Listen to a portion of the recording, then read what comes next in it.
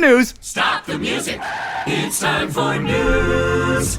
Let's head into the drone newsosphere, where Jeff Sills is waiting to give us all the news, and there's a lot of it, sir, you sexy man. Oh, God. Okay, great. All right, so apparently there's a whole bunch of new action cams coming, starting with the Hero 11 Black. Yes, here is a little bit more about that. Is everybody excited about this thing? Or is it just an incremental improvement? I think this is going to be a major improvement because of the sensor size for FPV people.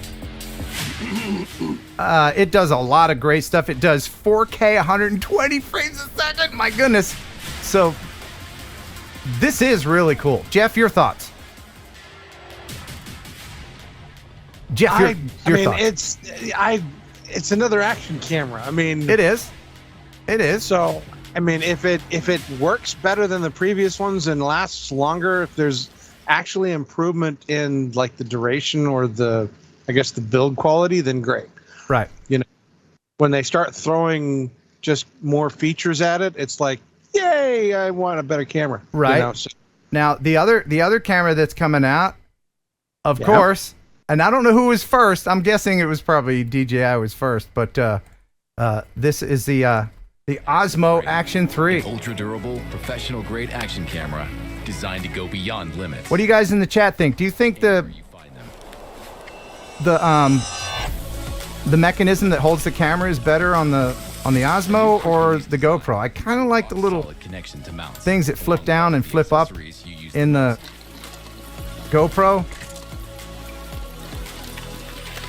Switch things up. I guess it's going to come down Look at that. You can TikTok it. Oh, the hell with that. Vertical video instantly. Look at that. Yuck. I don't know. Your thoughts?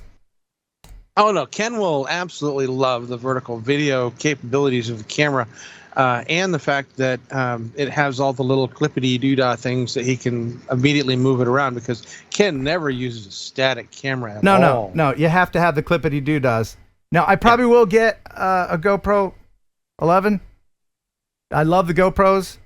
I still love my original Osmo Actions. I still have those.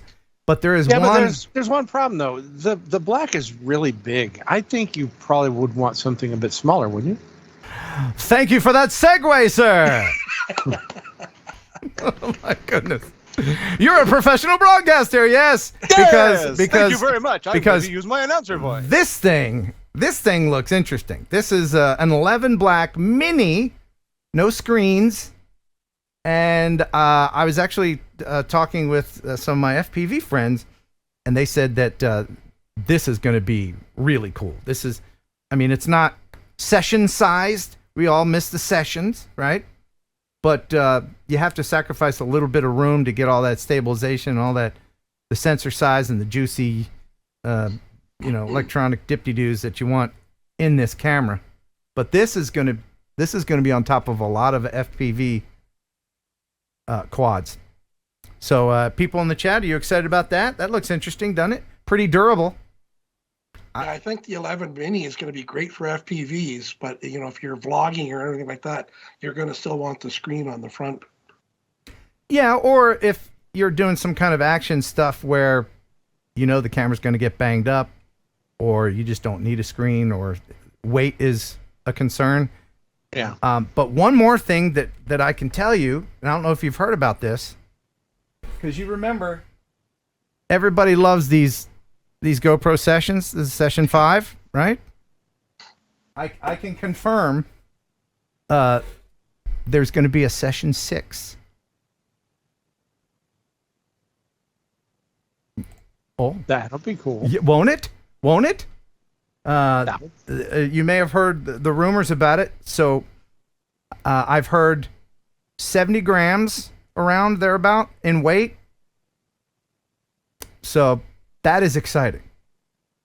I don't know if it's going to be the same size, so it might not fit in your old mounts.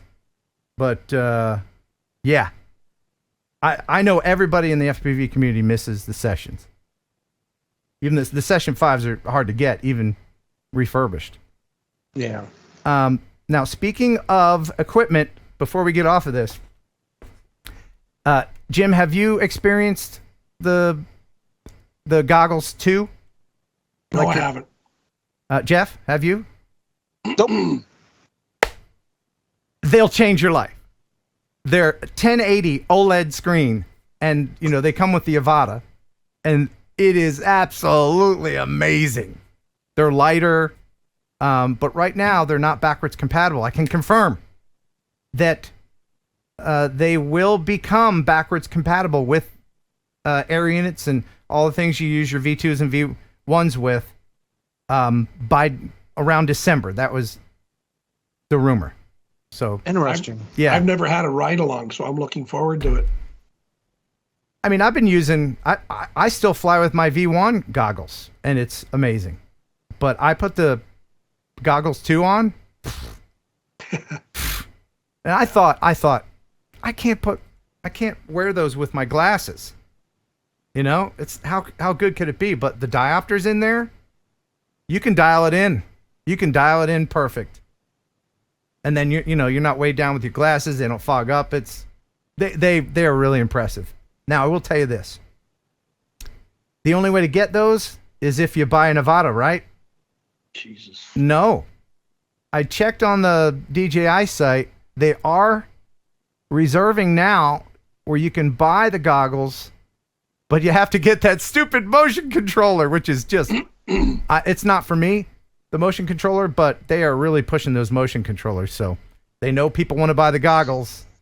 So you get a motion controller with it, and it's like $759 reserved now if you want that, but you can buy the goggles separately, which is another indication that they will become backwards compatible.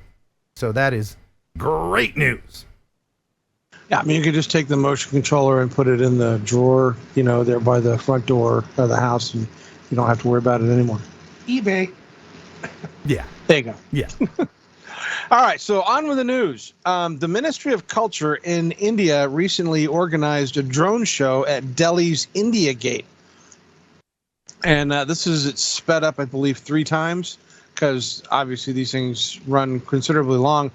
This particular show ran for 3 consecutive days as part of their celebration. And it was a very spectacular event. I thought they did a good job with it.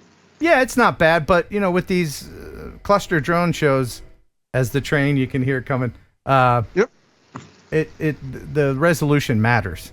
Whether it's 1,000 of them or 500, it really does make a difference how many there are. And one day we'll have photo reel. We'll have enough in the sky to where we can do actual photographs and stuff.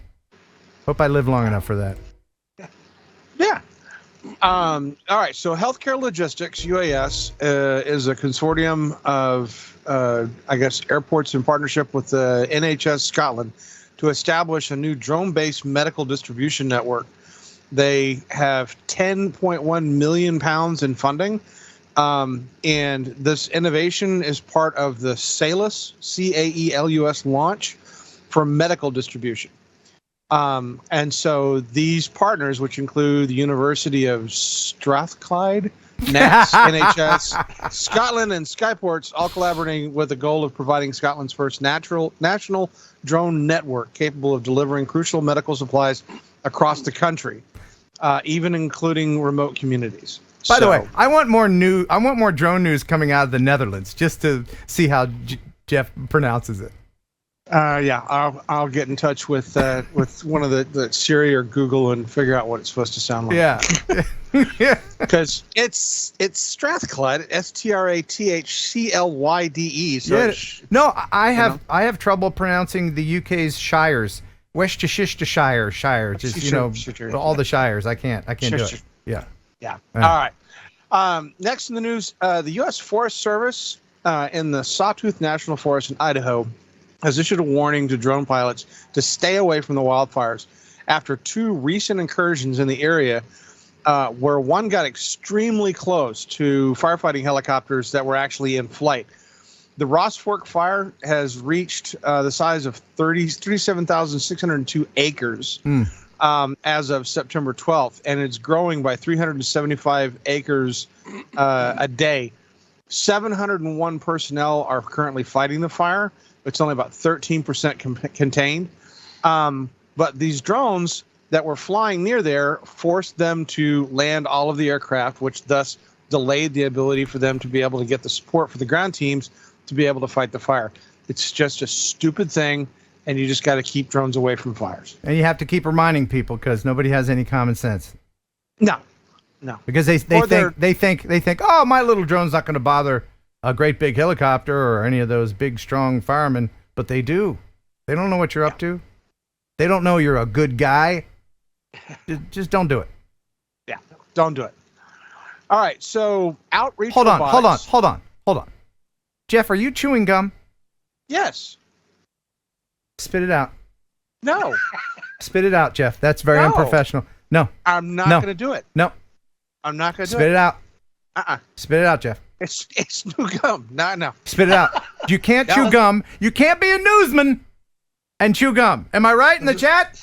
Does it still have flavor? Spit it out. Yes. It still has a lot of flavor. Yeah. Spit it out, Jeff. Okay. He just fake spit it out. Jeff, if you spit it out, I'll give you $20. Oh, okay. Well, the $20 first, obviously. Oh, dude, see now. Yeah, I'm smart. Now everybody watching this can see nothing else but you chewing. Come on, Jeff, seriously. All right, whatever. Oh.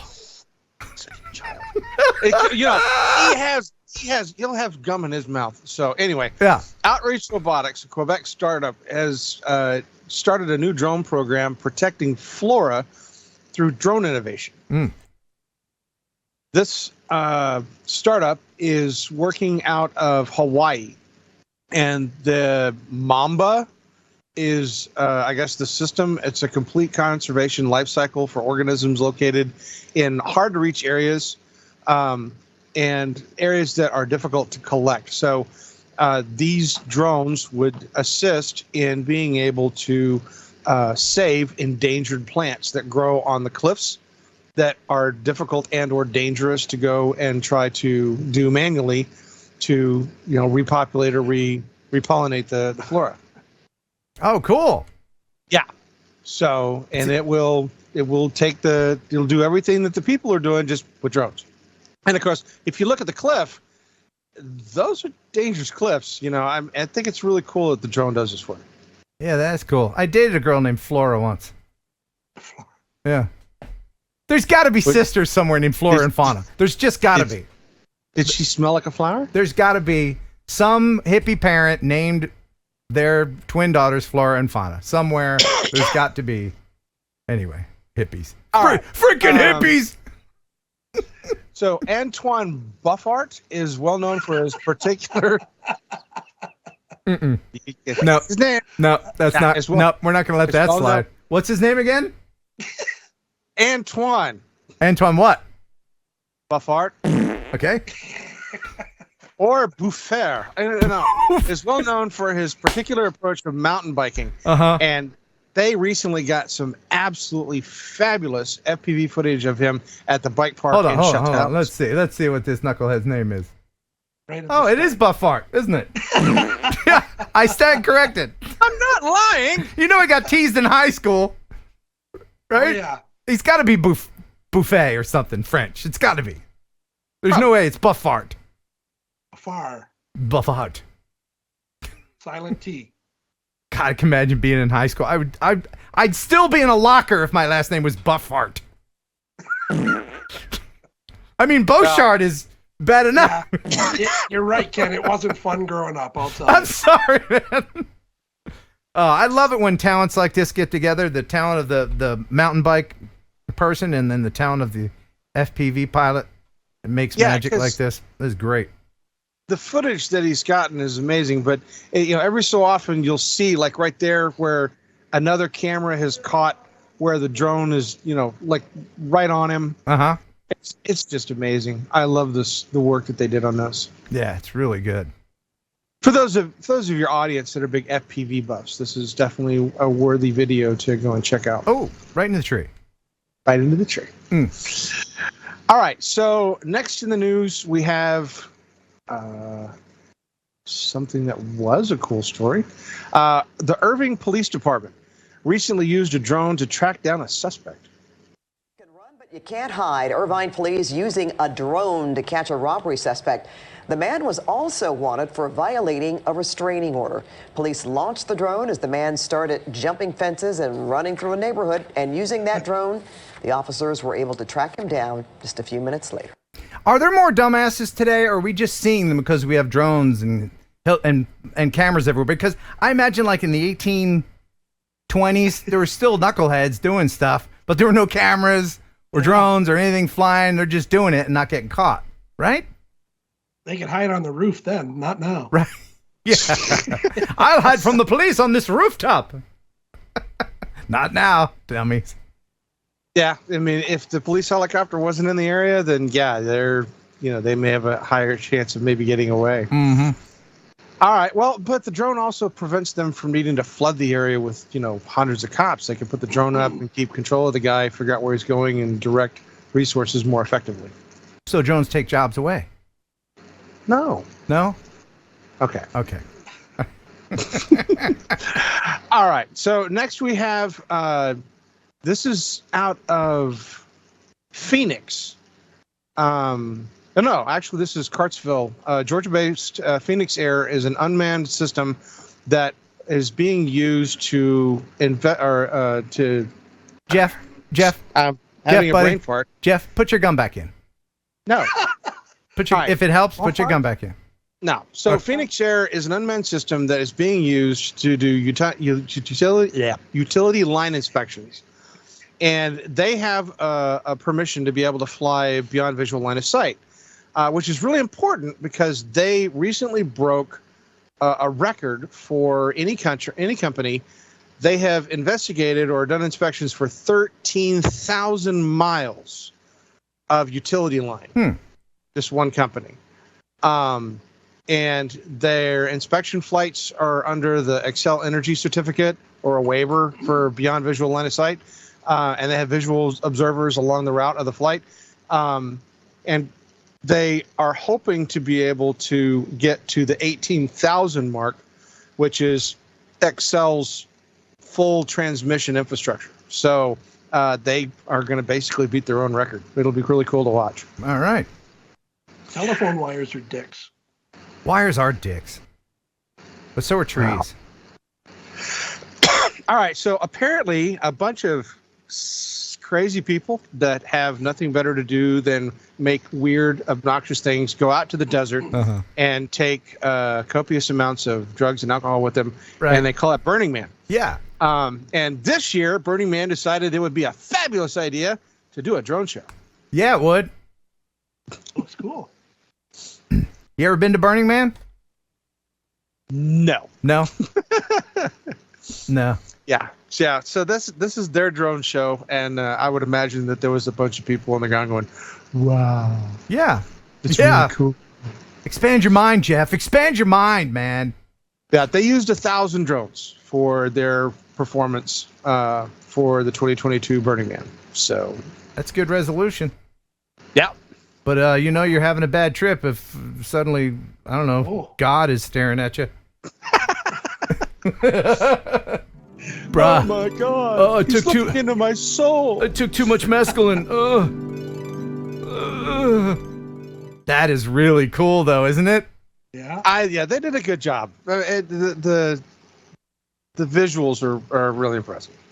But then, of course, if you've ever seen videos from Burning Man, everything out there is just over the top bizarre. From the vehicles that they drive around to the buildings and all of the inventions that people bring out there. It's just it's a really, really weird place. You should go, Jeff. You really should. It would it would change your whole outlook. No. You should go. I'm gonna put my gun back in. Stop it. All right. So we would be remiss if we did not share with you yet another exciting video from the Ukraine. Ah, yes. This time, a Ukrainian recon unit found a Russian tank, and they bombed it. With a drone. Yes. Going up real good. They blew that thing up real good. Now you can't. They're getting better with this. They really are. Yeah, they are. The bombs that they can drop aren't that big, but boy, they are precise with them. Yeah, they are very precise. And there's a couple of videos I know. One I think a couple of weeks back where the tank doors were open on the top, and they got the bomb right into the inside of the tank, and it cooked off immediately. I mean, it was the whole thing just immediately vaporized. It was insane. So yeah, I don't know why that's so satisfying in a sad war kind of way, I mean, because war is sad, but at least we're getting. You never know what you're going to see, man. Yeah. You really don't. Yeah. So speaking about wars, one of the big problems with wars, obviously, is the fact that countries use landmines. And to go out and find landmines is always traditionally been an exceptionally dangerous job. People lose their lives every year going through and clearing old minefields.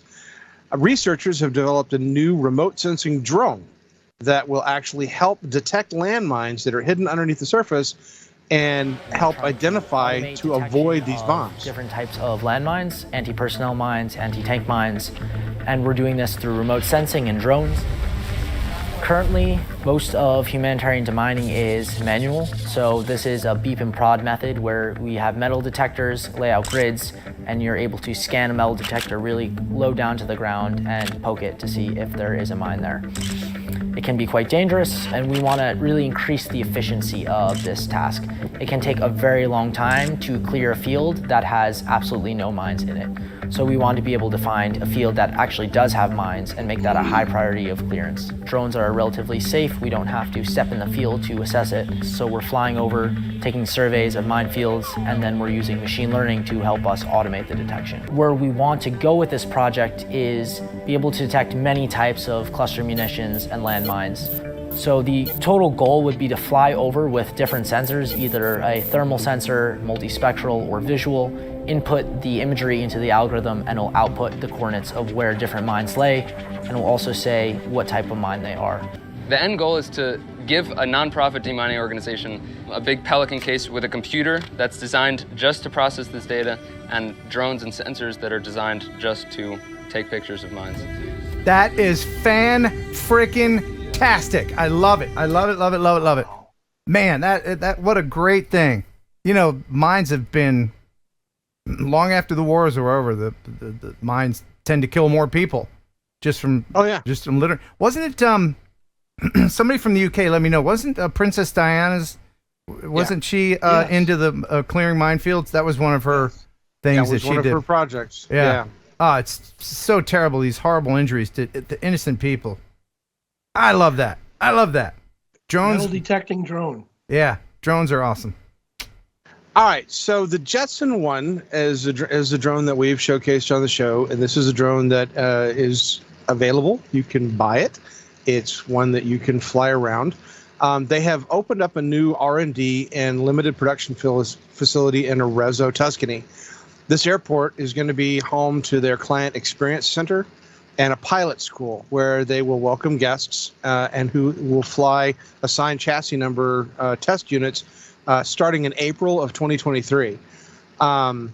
They are looking for, I guess, investors, but they have secured already $8 million of investment and look to secure another $10 million in the coming months to be able to take this project to full production. And you will be able to buy and be taught how to fly a Jetson 1, your own personal flying drone. That looks so fun, but I don't know if I would fly it like too high, like I would fly it as like a foot off the ground. I don't want to fly higher than I'm willing to fall. You know what I mean? Here's the interesting thing.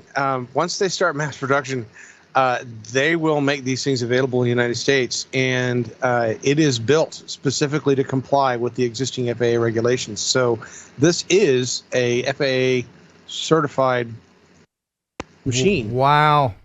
And eventually somebody's going to put one into Acro. Somebody will hack it. They will. Oh, they absolutely will, because look, motorcycle riders, when you first get your motorcycle, you're like really careful, right, Jeff? Motorcycle rider? Yeah. And now that you've had yours for a while, you start to get more confident.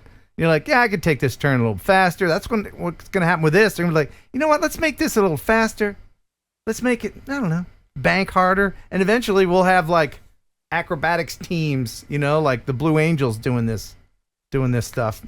Human let's acro. start those super chats so Ken can buy one. Now I'll be too old by the time that happens. I'm like, yes, Yes, strip me in.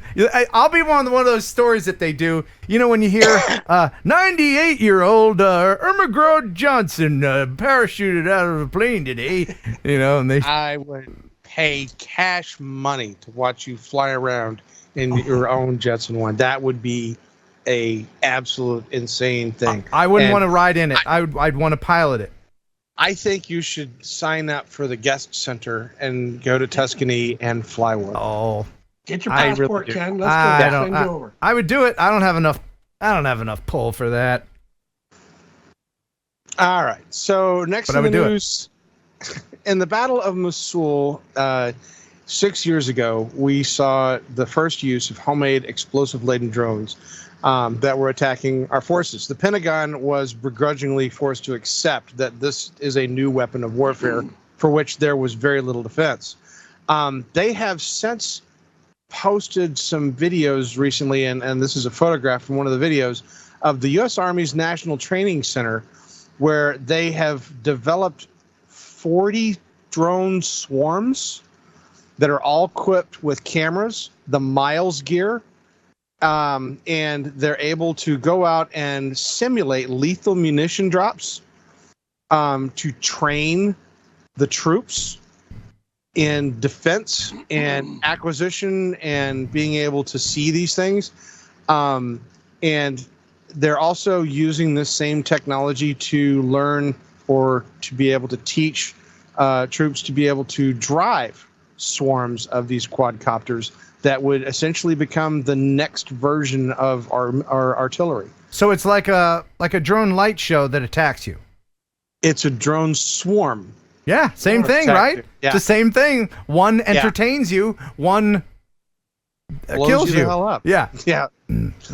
So very interesting technology. I look forward to hearing more about it, and hopefully we'll get a chance to see some video in the future. All right.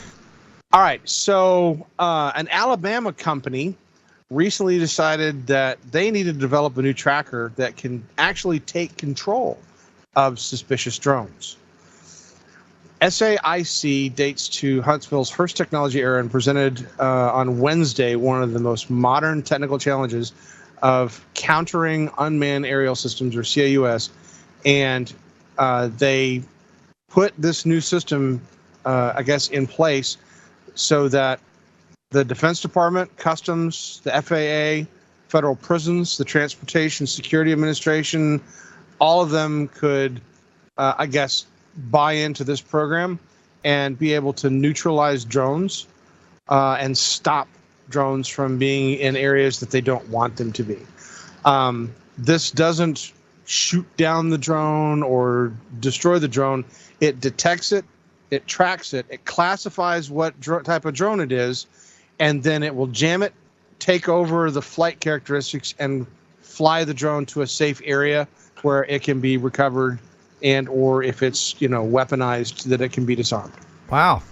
Your thoughts, Jim? So it takes over control of your drone. Yeah. Yeah. So would that have anything to do with remote ID? They could find out just from that. Oh, this is beyond remote ID. This is terribly. Yeah. They're just trying to get all the cell phones and cocaine for themselves. Yeah, the system is a limitation of 6 miles. So it can detect and take over drones that are within range of about 6 miles of the system. Yeah. So this would be localized to specific areas. And if you think about it, the no-fly zones are usually about 5-6 miles in radius. So it's essentially designed to set up and jam no-fly zones. This news is an hour long. Yes. And if I can go a little bit longer. Go ahead. Here we go. Yeah, sure. All right. So recently, the chair of County Democratic Party stepped down because he was charged with shooting down a drone that was being used to inspect power lines near his home in Eddyville. The News Time reported last week that the Consumer Power Incorporated was using the drone to inspect its transmission lines. They had notified the entire area weeks prior that they were going to be doing these surveys. As the pilots were conducting an investigation along a power pole, they noticed that they were, seeing the drone act funny. They were hearing pops in the background, and then the drone fell to the ground. When it fell to the ground, the bullets had pierced the battery, started a fire. They showed up, were able to put the fire out, but it destroyed the $25,000 drone and was a complete and total loss. Yeah. They reported this to the Lincoln County Sheriff's Office. Now, while they were putting the fire out, this gentleman thought it would be a great idea to approach them and ask what happened. Hold on a second. I just got this from my producer that doesn't exist. We do have an artist's approximation of this guy that shot the drone down. Okay. Okay. That's approximation. Well, he actually went up to them while they were putting the fire out and asked them what happened. When they told him that someone interfered with the drone in flight and that they were doing inspections and it was a legal flight, the man quickly and very surreptitiously disappeared. The police department was then able to track the vehicle because it was described by the two pilots as a white hatchback. Right. They tracked the vehicle back to the guy's house, and when they went to speak with him, he was arrested. He fired at the drone with a .22 caliber rifle that had a suppressor on it. He was arrested, and I'm looking to see the charges that they put against him. So he was booked into the Lincoln County Jail on a Class C felony account of criminal mischief, a violation of the Organized Revised Statute 837995 involving unmanned systems, crimes against unmanned systems. But he's also been turned over to the FAA because the FAA has a couple of really good laws about shooting down aircraft. And needless to say, this guy is going to be in a lot of trouble. The crux of the whole thing, and I read about this, was that he couldn't understand why he couldn't shoot drones down over his own property. Yes, yeah, he was completely oblivious to it.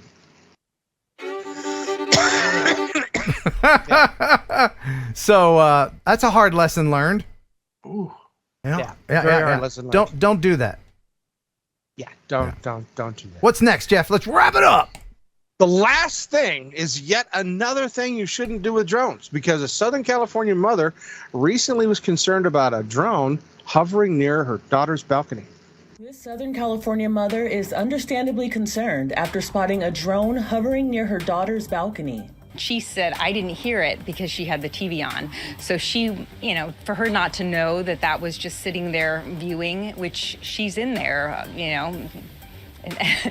I don't want her seen. I don't want anyone that close. She told KCBS's Michelle Guile it's not the first time they spotted the device near their home. That's an easy way to peeping Tom. I mean, if they can come right into your window and be looking in, that's a problem. After calling police and posting about the incident on Nextdoor, many residents feared criminals were using drones to scope out houses and were curious about their rights. Well, it's an invasion of privacy. The laws are kind of catching up with the technology now, fortunately. So you could have a drone that's in, half a mile away, videotaping somebody in their bathroom or bedroom and be in violation of the civil code section.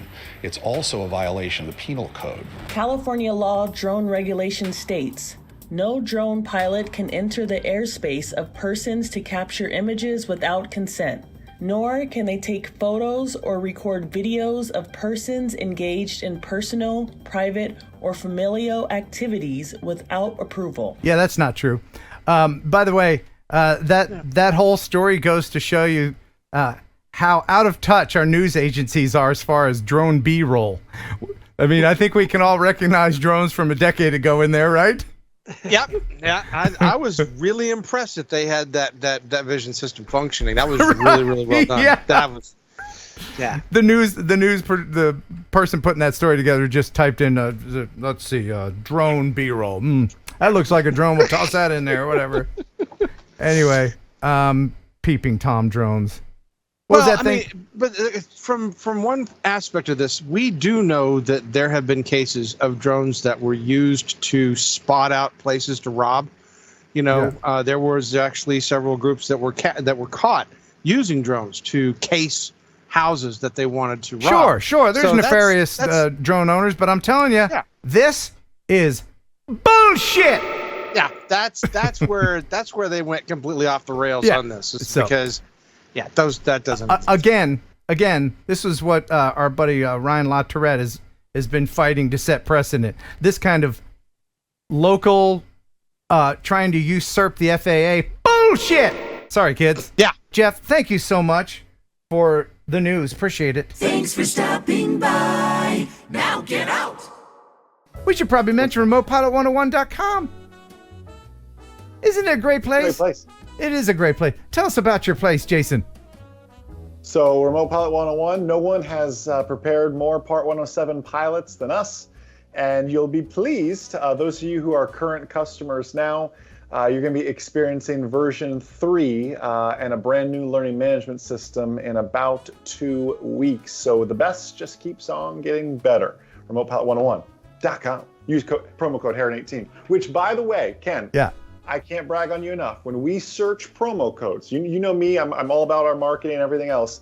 Heron18 is the most used promo code. Your people listen to you, Ken. Yay! Thank you, people. I appreciate that. And you've been very busy updating the lessons too, because there's not every video has gotten a facelift. There's 76 videos in there. Every single one has gotten a facelift. The course has gone from 9 hours to almost 12 hours now. There's just so much new content. We're always trying to innovate, push new content. Now with all the recurrent tests changing so much, we're like, wow, we just launched our new course. We need to fix it now. So we're back to that. I was just reviewing some of the stuff our writers sent over earlier for some of the content, and there's some more great stuff coming out here soon as well.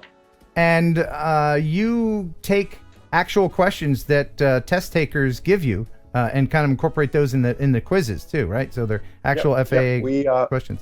We have a ton of data on that, no doubt. So yeah, and I always share, you know this, Ken, I call them the boot camps at the end, where I share, this is a question you're going to see on your knowledge test. Let's not memorize it. Let's understand the why behind it, but just to prepare them for the knowledge test. You know this though, Ken, I want you to be safe in the real world.